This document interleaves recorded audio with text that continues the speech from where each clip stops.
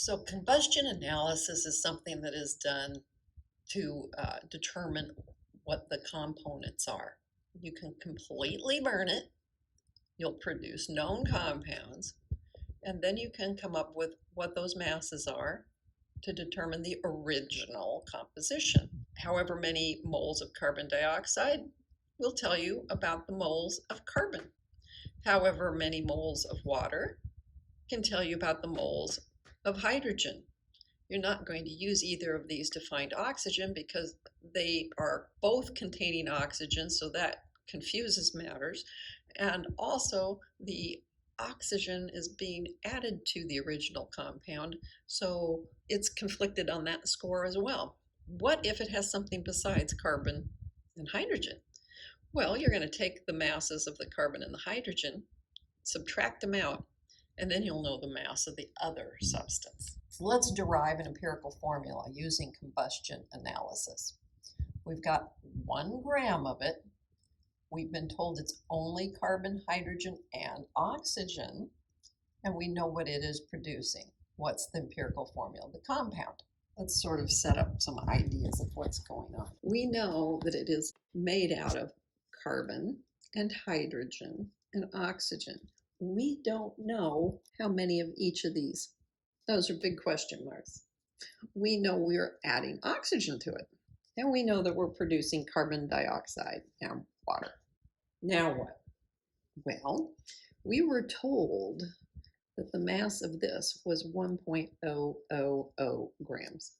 We are told also that we got 2.360 grams of carbon dioxide and 0.640 grams of water. Well, by the law of conservation of mass, I should be able to figure out how much oxygen was used here. So I'll add these together, which gives me 2. Oh, isn't that nice? 0, another 0, carry the 1.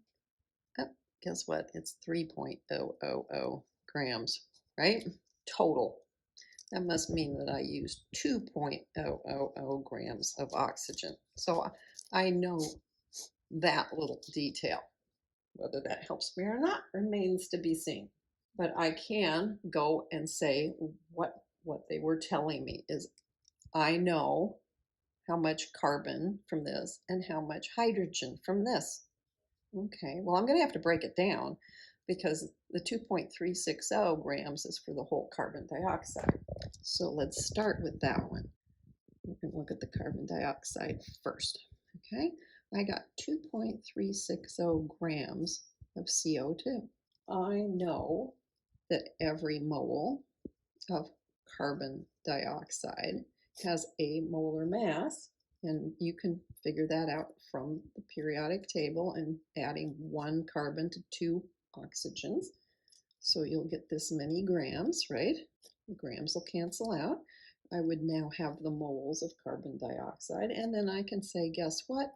For the carbon dioxide, there is 1 carbon in there for every 1 carbon dioxide molecule. So that, you see, lets me cancel out dioxide. I will end up in moles of carbon.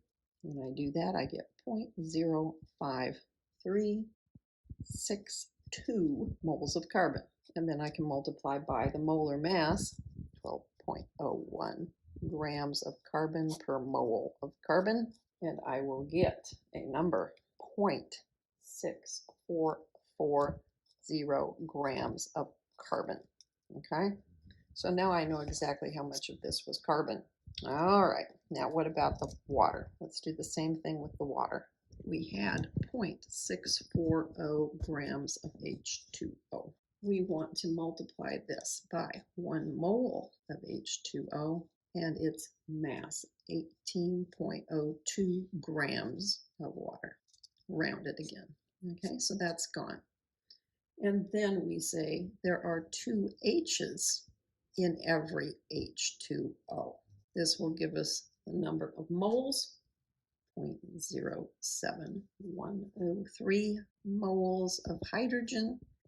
And I can go ahead and multiply by the molar mass of the hydrogen, grams per mole, cancel that out, and you're going to get that you had 0.0716 grams of hydrogen. So what's the sum of the carbon and the hydrogen? If we sum that up, we're going to get 0.7156 grams total mass of carbon and hydrogen. Those came from this unknown substance, right? But the unknown substance weighed 1 gram. Okay, so I have to subtract this. And when I do, I'm going to end up acting as if I have more sig figs than I do. But 2844 grams of what? Oh, well, this was the carbon and the hydrogen. So this must be the oxygen. Now I'm in a position where I can say, all right, how many moles is that? So 1 mole of oxygen, 16.00 grams, and I can say it's 0.01778 moles of oxygen.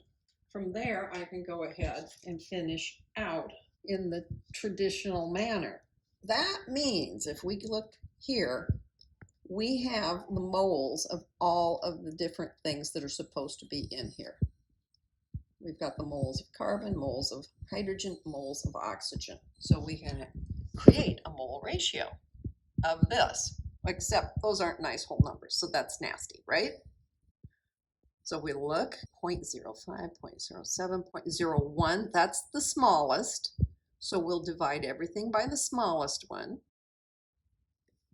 And we're going to get something very close to 3 for carbon, and very close to 4 for hydrogen, and 1 for the oxygen. It'll give us a empirical formula of C3H4O.